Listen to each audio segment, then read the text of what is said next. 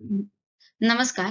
Doctor किरण वाकडे यांच्या मार्गदर्शनाखाली मी प्रतीक्षा भन्साळी आज तुम्हाला थायरॉइड डिसऑर्डर्स इन प्रेग्नन्सी बद्दल सांगणार आहे. तर प्रेग्नन्सी दरम्यान थायरॉइड हॉर्मोन लेव्हल्समध्ये कोणकोणते चेंजेस नॉर्मली होतात, फिजिओलॉजिकली कोणकोणते चेंजेस होतात हे आपण पाहणार आहोत. त्यानंतर प्रेग्नन्सी म्हणजे जर त्या लेडीला थायरॉइड डिझीज असेल तर प्रेग्नन्सी दरम्यान कोणकोणते कॉम्प्लिकेशन्स किंवा कोणकोणत्या समस्या उद्भवू शकतात हे आपण पाहणार आहोत. त्यानंतर जर थायरॉइड डिझीज असेल त्या स्त्रीला तर कोणती ट्रीटमेंट करायला हवी प्रेग्नन्सी दरम्यान, कोणते ड्रग्ज सेफ असतात, ठीक आहे, हे आपण पाहणार आहोत.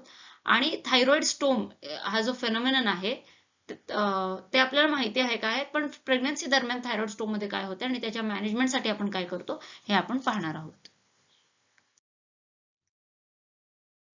प्रेग्नन्सी दरम्यान जे काय चेंजेस होतात याची सुरुवात करण्यापूर्वी मी एक थोडक्यात फंक्शन सांगते. आपलं जे ब्रेन आहे त्यामध्ये पिट्युटरी ग्लँड असते आणि हे पिट्युटरी ग्लँड सिग्नल करतं थायरॉइड ग्लँडला त्याचे हॉर्मोन सिक्रेट करण्यासाठी. म्हणजे आता पिट्युटरी ग्लँडला आपण मास्टर ऑफ एंडोक्राइन ग्लँड्स म्हणतो, की हे ते ब्रेन मध्ये असतं पिट्युटरी आणि ते मास्टर असतं की आता कोणतं ग्लँड कोणतं हॉर्मोन सिक्रेट करतात. त्यासाठी पिट्युटरी सिग्नल्स पाठवत असतो. तर पिट्युटरी काय करतो, TSH नावाच्या हॉर्मोनद्वारे म्हणजे थायरॉइड स्टिम्युलेटिंग हॉर्मोन या हॉर्मोनच्या मदतीने सिग्नल देतो थायरॉइड ग्लँडला की आता तू तुझे हॉर्मोन सिक्रेट कर. आणि या TSHच्या इन्फ्लुएन्समुळे पिट्युटरी कडून TSH नावाच्या सिग्नलमुळे थायरॉइड ग्लँड T3 T4 नावाचे त्याचे हॉर्मोन सिक्रेट करते. हे T3 T4 म्हणजेच थायरॉइड हॉर्मोन्स, म्हणजे T3 म्हणजे ट्रायडोथायरोनिन आणि T4 म्हणजे टेट्रायडोथायरोनिन. तर thyroid Gland T3 T4 secret करते. त्यामध्ये T4चं कन्व्हर्जन T3 मध्ये पेरिफेरली होतं, इन पेरिफेरल ब्लड. तर म्हणजेच T3 हे ऍक्टिव्ह फॉर्म असतं. T4चं कन्व्हर्जन T3 मध्ये होतं आणि T3 हे ऍक्टिव्ह फॉर्म मानलं जातं. तर प्रेग्नन्सी मध्ये काय होतं, थायरॉइड बाइंडिंग ग्लोब्युलिन नावाचं जे प्रोटीन आहे त्यामध्ये वाढ होते. प्रेग्नन्सीमध्ये ओव्हरऑलच टोटल सेरम प्रोटीन मध्ये वाढ होते. तर ग्लोब्युलिन हे सुद्धा एक प्रोटीन आहे. तर थायरॉइड बाइंडिंग ग्लोब्युलिन हे प्रोटीन आहे जे की थायरॉइड हॉर्मोनला बाइंड होणारं प्रोटीन आहे. तर या प्रोटीन मध्ये वाढ होते आणि म्हणून T3 T4 मध्ये बाउंड फॉर्म मध्ये वाढ होते. ठीक आहे. आता बाउंड फॉर्म T3 T4 च्या बाउंड फॉर्म मध्ये जर का वाढ झाली तर मग ओव्हरऑल T3 T4 मध्ये लेवल्स मध्ये पण वाढ होणार आहे, बरोबर.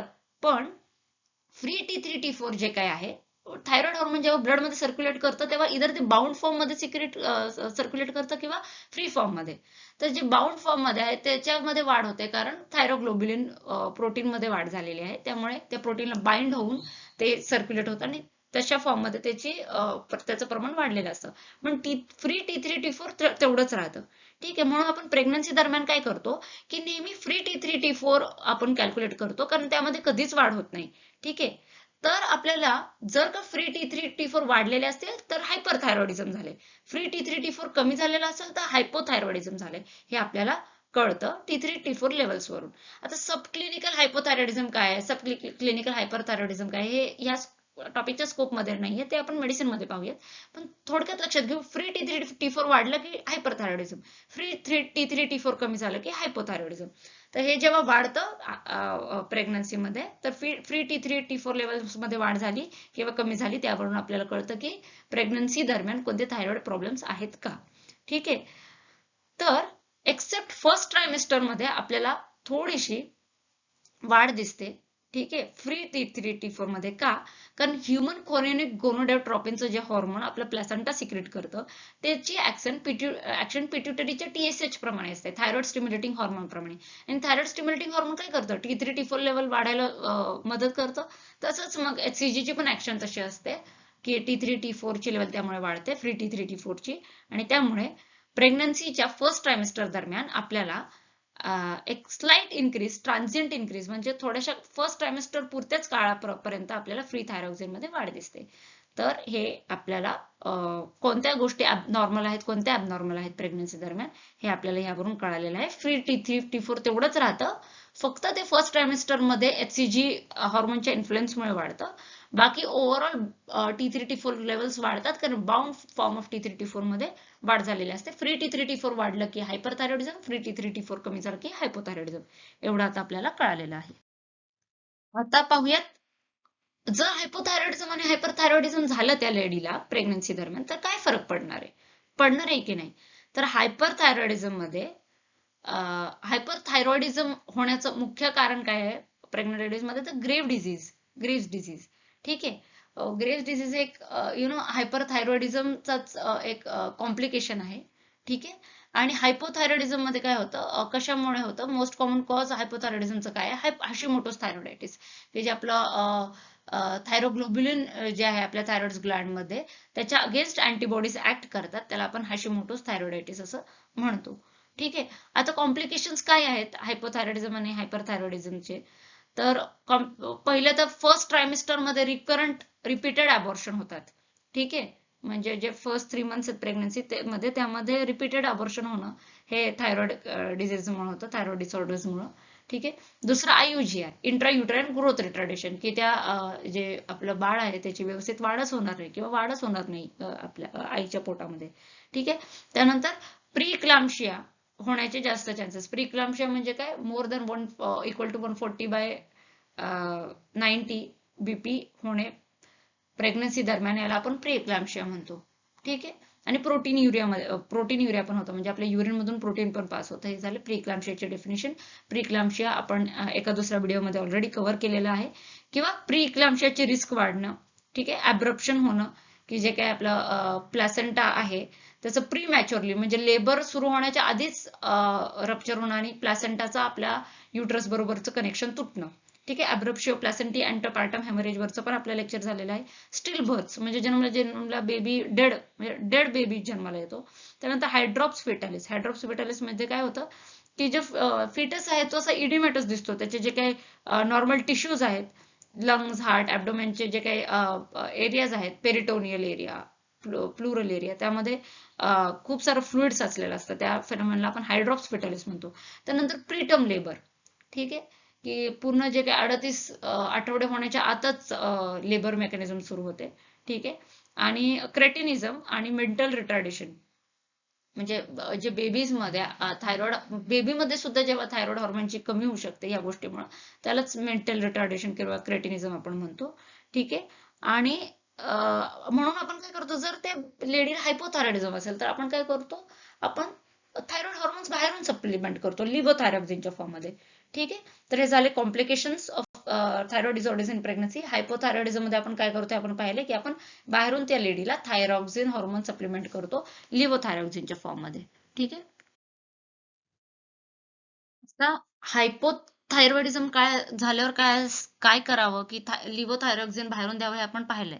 आता जर हायपरथायरॉइडिझम असेल तर आपण काय करतो, अँटीथायरॉइड ड्रग्ज देतो. असे ड्रग्ज देतो ज्यामुळे थायरॉइडचं प्रोडक्शन तरी कमी होईल. ठीक आहे.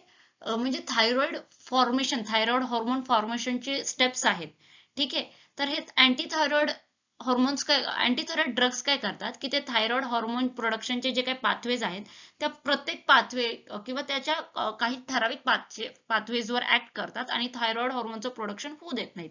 तर प्रेग्नन्सी दरम्यान कोणतं अँटीथायरॉइड ड्रग सगळ्यात सेफेस्ट आहे, प्रोपाइल थायरॉइड. तर आपण असं लक्षात ठेवा, P फॉर प्रेग्नन्सी आणि P फॉर प्रोपाइल थायरॉइड. ठीक आहे. तर आपण मेथिमाझोल आणि कार्बिमाझोल हे सुद्धा अँटीथायरॉइड ड्रग्ज आहेत, पण प्रेग्नन्सी मध्ये फक्त प्रोपाइल थायरोयुरेसिलच वापरतो का, मेथिमाझोल कार्बिमाझोल का नाही वापरत, कारण मेथिमाझोल कार्बिमाझोल हे प्लॅसेंटाला क्रॉस करतात. आणि जर काय अँटीथायरॉइड ड्रग्ज प्लॅसेंटा मधून क्रॉस झाले आणि फिटस मध्ये गेले तर ते फिटस मध्ये हायपोथायरॉइडिझम कॉज करू शकतात. ठीक आहे. आणखीन एक गोष्ट, मेथिमाझोल आणि कार्बिमाझोल हे टेराटोजेनिक ड्रग्ज आहेत, म्हणजे फिटस मध्ये काही ठराविक डिफेक्ट्स कॉज करतात, जसं की क्वायनल अट्रिझिया. ठीक आहे. क्वायनल अट्रिझिया म्हणजे काय, आपल्या नाकाच्या मागे जे काही नेझोफॅरिंग्स असतं, ठीक आहे, जे काही ओपनिंग असतं, त्या ओपनिंग मध्ये किंवा ती जी ओपनिंग आहे ती व्यवस्थित राहत नाही, किंवा नाकाच्या मागचा भाग आहे जो तो व्यवस्थित डेव्हलप होत नाही. ठीक आहे. त्याला म्हणतो आपण क्वायनल अट्रिझिया. क्वाना म्हणजे नाकाच्या मागचा भाग, जो की नेझोफॅरिंग्स ला अटॅच असतो आणि त्यामध्ये व्यवस्थित वाढ होत नाही किंवा त्याच्या वाढीमध्ये काही बिघाड निर्माण होतो, याला आपण क्वायनल अट्रिझिया म्हणतो.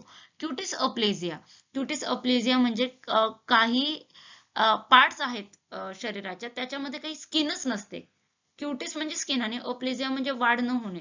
तर स्किनच्या काही पार्ट्स मध्ये वाढच न होणे याला म्हणतात क्युटिस अप्लेजिया. ठीक आहे. आणि फिटल अग्रॅन्युलोसायटोसिस. अग्रॅन्युलोसायटोसिस म्हणजे काही आपल्याला माहिती आहे की WBCs असतात. ठीक आहे. WBCH दोन प्रकारचे असतात, अग्रॅन्युलोसाइट्स आणि ग्रॅन्युलोसाइट्स. ग्रॅन्युलोसाइट्स म्हणजे काय, बेसोफिल्स, न्यूट्रोफिल्स, ठीक आहे, इओसिनोफिल्स, हे झाले ग्रॅन्युलोसाइट्स. ठीक आहे.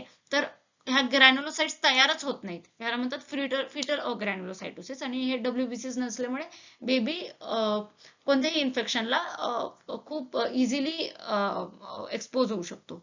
ठीक आहे, किंवा सकम होऊ शकतो. आणि हायपोथायरॉइडिझम हे तर होतच ऑब्व्हियसली. ठीक आहे. तर फिटल ग्लॅड सुद्धा थायरॉइड हॉर्मोन प्रोड्यूस करते, म्हणजे जे काही बाळ आहे ते सुद्धा थायरॉइड हॉर्मोन प्रोड्यूस करतो. फ्रॉम कधीपासून, तर from 10 to 12 weeks by the end of first trimester. ठीक आहे. ते फिटस जे आहे ते थायरॉइड हार्मोन प्रोड्यूस करायला सुरुवात करतं. ठीक आहे. तर जर तुम्हाला वाटतं एखाद्या लेडीला थायरॉइड प्रॉब्लेम आहे, तर जेव्हा ते बेबी डिलिव्हर होतं, ते डिलिव्हर झाल्यानंतर सुद्धा आपण त्या बेबीचं जे कॉर्ड ब्लड घेतो ते आपण इन्व्हेस्टिगेशनसाठी पाठवतो, आणि त्यामध्ये आपण थायरॉइड हॉर्मोनची सुद्धा टेस्ट करतो, ज्यावरून आपल्याला कळेल की बेबीला सुद्धा थायरॉइड प्रॉब्लेम आहे की नाही. तर ही झाली हायपर थायरॉइडिझमची ट्रीटमेंट. पूर्वी आपण हायपोथायरॉइडिझमची ट्रीटमेंट पाहिली आहे, आणि थायरॉइड डिझीजमुळे कोणते कॉम्प्लिकेशन्स होतात हे तर आपण ऑलरेडी पाहिलेलंच आहे. आता जर का एखाद्या लेडीला थायरॉइड प्रॉब्लेम असेल, म्हणजे हायपर थायरॉइडिझम असेल आणि थायरॉइड स्टोम झाला त्या लेडीला, तर आपण काय करतो? थायरॉइड स्टोम काय असतं हे आपल्याला माहिती आहे, तरी मी पुन्हा एकदा सांगते. अचानक T3 T4 चे लेवल्स ब्लड मध्ये वाढतात, आणि त्यामुळे हार्ट रेट वाढणे, ट्रिमर्स येणे, अरिथमिया म्हणजे हार्टचे जे काही कॉन्ट्रॅक्शन रिलॅक्सेशन मध्ये जे काही रिदमनी होतं, जे काही वाल्व्स मध्ये आणि अट्रिया वेंट्रिकल्स मध्ये जे काही रिदम मध्ये होते त्या रिदम मध्ये बिघाड होणे, हायपरथर्मिया, ताप येणे, बीपी वाढणे.